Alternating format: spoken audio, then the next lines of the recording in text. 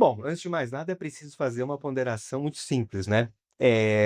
A segurança pública é tópico de preocupação número um de qualquer cidadão brasileiro na atualidade, né? Eu cresci, e eu não sou tão velho ainda, sou muito garoto, muito menino ainda, né? Mas eu cresci numa fase da nossa vida, e acho que o meu comandante Nanca sabe disso também, melhor do que eu, diga de passagem, em que, por exemplo, se você perguntasse para 10, 9 brasileiros naquela ocasião, iam falar que o problema do Brasil era a inflação. Faz tempo. Isso pré-plano real, né? A Fernanda Henrique. Até a gente conseguir domar o dragão da inflação, nós vivíamos numa sociedade hiperinflacionária em que você tinha o preço remarcado no supermercado 2 vezes por dia, uma de manhã e uma à Sabe noite. o que é o RV, né? Exatamente, Só os né? mais antigos sabem. Exatamente. Hoje não. Hoje, de cada 10 pessoas perguntadas, 11, saiu uma pesquisa, 11. né?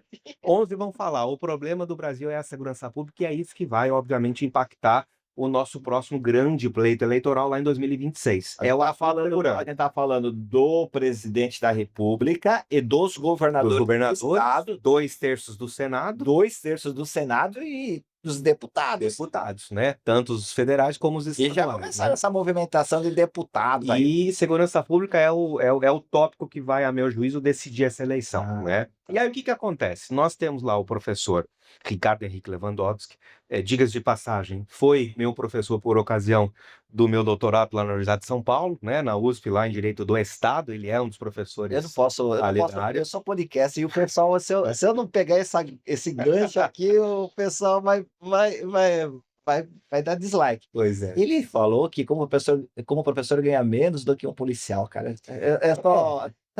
Tem É uma, público isso. tem uma questão lá Aí os que o policiais não professor. falaram no meu canal. Pois é, o professor, Pula, mas eu falei. Pronto. ele foi talvez, com todo respeito, pelo amor de Deus, mas ele foi infeliz nessa ponderação, né? De qualquer maneira, é um sujeito, obviamente, que tem um preparo técnico Claro, fantástico e acho que tem feito uma gestão muito razoável lá no Ministério da Justiça, mas, com todo respeito, acho que o governo federal, está partindo de premissas um pouco equivocadas, a meu juízo. Primeiro de tudo, o Brasil, né, comandante Dancas, ele é um Brasil de vários Brasis, não é verdade? O que que significa isso? Significa dizer que nós temos um modelo de federalismo, né, que tecnicamente, né, doutrinariamente, ele é chamado federalismo de segundo grau. Que é o federalismo de segundo grau em português mais claro? Significa dizer que municípios, estados e União têm todos eles as suas respectivas competências constitucionais. dada pela própria Constituição. Dado pela própria E o Constituição. Estado é residual. Pois é, e aí olha o que que é interessante. Por exemplo, nós temos outro modelo de federalismo lá nos Estados Unidos, em que lá, por exemplo, os municípios não têm competência para exercer qualquer tipo de assunto mais substancial no ambiente da própria Lá é Constituição. confederação. E lá é o que nós chamamos de federalismo de primeiro grau, né? Aqui não, aqui a gente evoluiu para dar para os municípios uma competência, um exercício de competência constitucional. Por quê? Qual que é a lógica que está por trás disso? Qual que é a premissa? É simples. O Brasil é um Brasil de vários Brasis.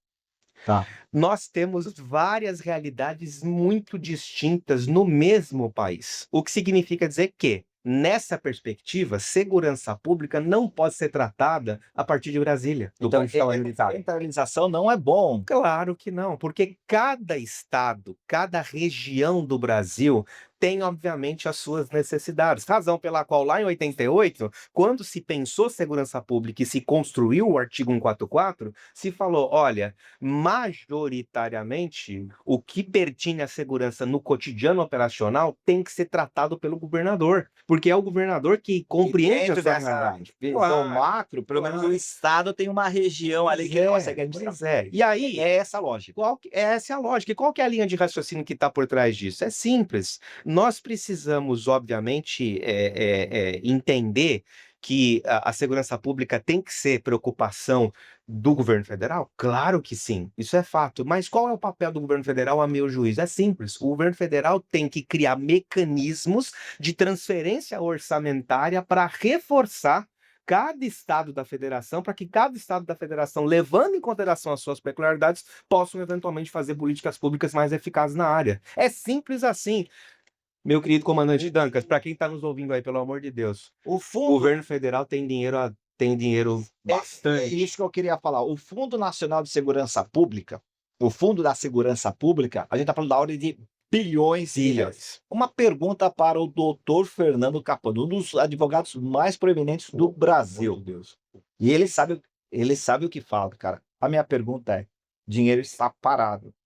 Dinheiro parado de aplicação pública, não há irregularidade? A rigor, né, se você não realiza o orçamento para menos ou para mais, você comete improbidade, ou você potencialmente pode cometer improbidade A lei administrativa. mudou, agora tem que ter o dolo, né, na improbidade. Antigamente não Você precisava. pode potencialmente cometer improbidade administrativa. Então as pessoas às vezes acham assim: o governo não pode gastar mais do que está previsto no orçamento. Sim, é verdade, mas o governo também não pode gastar menos. Você entende? Você não pode devolver dinheiro público no final do. Isso está no PPA, LDO e LOA, né? Pois é, você não pode devolver dinheiro pro orçamento, você tem que realizá-lo. E assim, de novo, eu não sou contra, pelo amor de Deus, eu não sou contra você eleger alguns critérios no âmbito do MJ, né? Da Justiça. No Ministério da Justiça, né? Eu não sou contra você eleger alguns critérios para que você possa fazer esse repasse. Agora, você, Ministério da Justiça, abarcar a segurança pública, inclusive do ponto de vista operacional, me parece um equívoco completo. E assim, estamos diante do que nós chamamos de manifestação do chamado poder constituinte derivado, né? Porque o originário foi o que fez a Constituição. O derivado é o que muda o texto da Constituição, que é feito apenas e tão somente pelo Congresso Nacional, como nós bem sabemos. Nós temos a chance de repensar a segurança pública para reescrever alguma coisa do artigo 144. E nós não podemos, obviamente, partir dessas premissas equivocadas, por exemplo, com todo respeito ao nosso querido professor, o nosso ministro Ricardo Henrique Lewandowski, que é um sujeito que realmente tem muita competência, é um grande constitucionalista, ele sabe disso, mas nós não podemos jogar as coisas lá no Ministério da Justiça e fazer com que meia dúzia, com todo respeito, de burocratas que estão nos seus gabinetes, tá certo? Pensem a segurança pública, que é um problema gravíssimo que atinge a todos nós, não é em teoria, é aqui na calçada. A gente sabe como é que é, né? Então, vamos aproveitar essa oportunidade para discutir isso com profundidade, com substância, com relevo lá no âmbito do Congresso Nacional, para que, já que estamos diante da possibilidade de reescrever o artigo 144, a gente compreenda as necessidades atuais e o Brasil que nós queremos para a segurança pública daqui para 10, daqui para 20, daqui para 30 anos, porque realmente, se a gente não fizer isso, se a gente perder essa oportunidade, nós vamos jogar na cesta do lixo um episódio, a mim me parece fundamental na área da política da segurança pública. Cara, eu só queria que você analisasse o seguinte, só reforçando uma tese minha, aliás, tese não, pergunta. Se eu tenho bilhões de reais no Fundo Nacional de Segurança Pública que eu posso dispor para os estados. Eu só disponho desse dinheiro se tiver projeto. Se o projeto não está alinhado ao que eu quero, eu não dou dinheiro. Pois E é, quem sofre com isso não são as polícias estaduais, pois é é. a própria população. Eu fiz uma ilação errada? Não, acho que você está corretíssimo. E veja, de novo, ninguém pode ser contrário a uma certa lógica de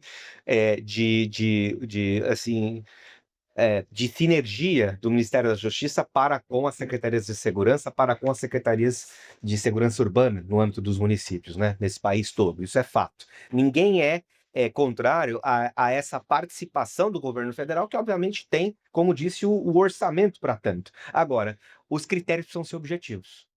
Juízo de valor político, e nesse sentido você tem absoluta razão. Juízo de valor político, não, eu só vou dar se eventualmente nós cumprir, o projeto que vier aqui para o nosso crivo, cumprir 36 critérios subjetivos, por exemplo, relacionados à lógica das câmaras corporais, segundo a nossa compreensão de como as câmaras corporais devem ser usadas. E aqui, eu já estou me adiantando, eu não sou contra as câmaras, tá? Mas veja, é um critério que não é objetivo, ele é subjetivo. E aí Só para sua polícia, porque para mim eu não vou pôr, né? E eu ele faço começa- policiamento ostensivo federal, mas eu não vou usar, mas você tem que usar. E ele começa a trabalhar né? essa lógica. E aí é o que você falou, você coloca obstáculo para essa transferência de recurso, e sem este recurso, nós temos problemas gravíssimos, inclusive para valorizar o próprio ser humano policial. E aqui, vou fazer um paralelo, se você me permite, Claro, muito rápido claro. também.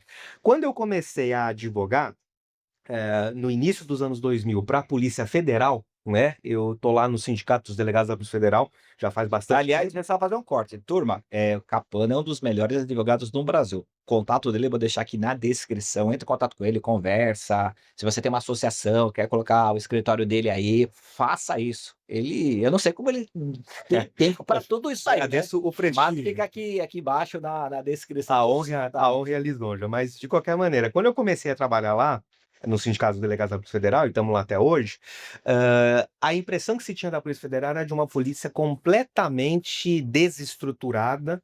Os policiais naquela ocasião, especialmente os agentes e os escrivães, ganhavam muito mal, os delegados também, em alguma medida, mas os agentes e escrivães ainda pior, num ambiente de trabalho totalmente ruim do ponto de vista de cotidiano. Pois é, passados quase 25 anos desse episódio, a própria opinião pública hoje tem uma imagem distinta da Polícia Federal, não é?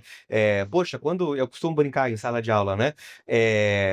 Eu chego em sala de aula e falo assim: olha, o que vocês podem falar para mim, alunos de primeiro, segundo ano do direito, olha, o que vocês podem falar para mim se eu quiser ser policial federal? Todo mundo, pô, professor, pelo amor de Deus, esse é meu sonho, tal. Por quê? Porque você investiu especialmente no ser humano policial. Hoje em dia é uma carreira top. Hoje em dia é uma carreira, assim, tida como uma carreira de Estado, como de fato devia ser desde então, e atraindo, portanto, os melhores talentos. A pergunta que não quer calar é a seguinte: eu também faço essa pergunta em sala de aula do tipo, poxa, e policial civil, policial militar? E assim, via de regra o pessoal, pô, professor, né? Não, né? É duro, difícil. Você sabia que pode ser membro do canal? Ao se tornar membro, você terá acesso antecipado aos vídeos como esse.